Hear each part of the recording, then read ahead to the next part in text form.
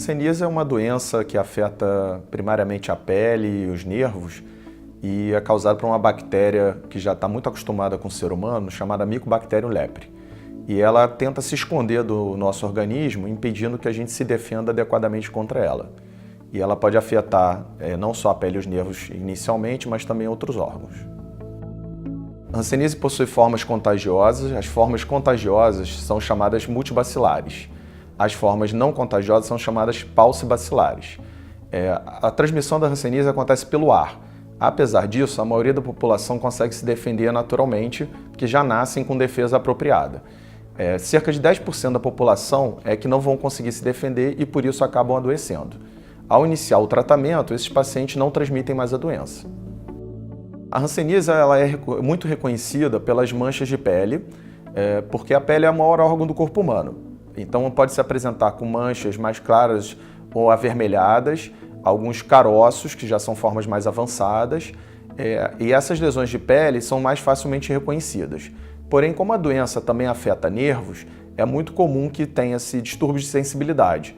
Então essas manchas podem apresentar diminuição ou perda total da sensação, por exemplo, ao frio, ao calor, à dor, ao toque. Além disso, em formas mais avançadas, por afetar os nervos, acaba-se tendo mais fraquezas nas mãos, nos pés e até mesmo acometimento de olhos. Existem sintomas que não aparecem na pele sim, principalmente em casos mais avançados, onde, por exemplo, em homens o testículo pode ser afetado.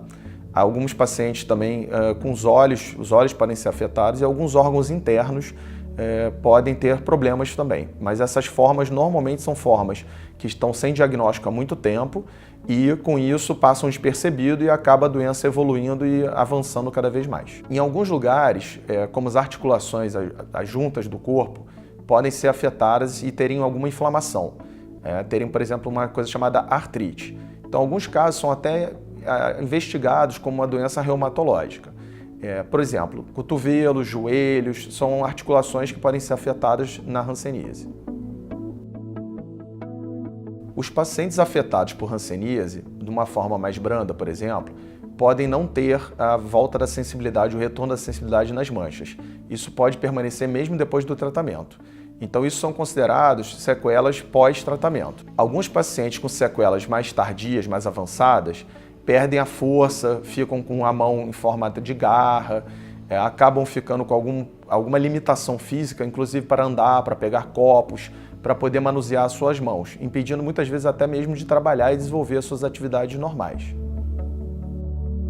O tratamento da hanseníase se divide então em duas partes. A forma mais branda vai tratar por 6 meses com antibióticos e a forma mais avançada vai tratar por 12 meses. Esse tratamento é fornecido gratuitamente pelos postos de saúde através do SUS. Esse tratamento ele deve ser completado de maneira bem regular para que a doença não retorne, podendo então obter a cura com a morte da bactéria de forma definitiva. O quanto antes o tratamento for iniciado, a chance de evoluir com algum tipo de sequela diminui. No Brasil, são detectados cerca de 30 mil casos todo ano. O que quer dizer isso? Que no ano anterior tinham 30 mil, no outro ano são encontrados 30 mil novamente. Provavelmente, muitos desses pacientes já estavam doentes e não foram detectados. Então é uma doença bastante comum no Brasil e que muitas vezes demoram até obter o seu diagnóstico, causando então grandes problemas. Essa doença então é muito frequente no Brasil, precisando que nós encontremos rapidamente as pessoas que estão com a doença para que não tenham problemas e também não transmitam à frente para novas pessoas. Dessa forma, é importante que nós tenhamos o hábito de examinarmos a nossa pele, procurarmos rapidamente ajuda médica, principalmente se sentirmos alguma dormência nas mãos, nos pés, nos olhos e nas manchas. Isso evitaria com que tivessem sequelas. E o tratamento precoce também. Qualquer posto de saúde com um profissional treinado, seu médico capacitado, ele é capaz de detectar a doença. A maioria dos especialistas são dermatologistas, mas existem vários médicos treinados e capacitados para esse diagnóstico. A doença, ela acaba sendo transmitida por contato mais prolongado. Então, familiares, conviventes de um caso de hanseníase possuem maior risco de adoecer. Então, todo caso detectado deve ter os seus familiares e os conviventes examinados. Isso faz com que o diagnóstico seja mais precoce. E aqueles que não tiverem a doença podem receber a vacina BCG. A vacina BCG, ela deixa uma cicatriz no braço direito e ela é aplicada ao nascimento para proteger para a tuberculose.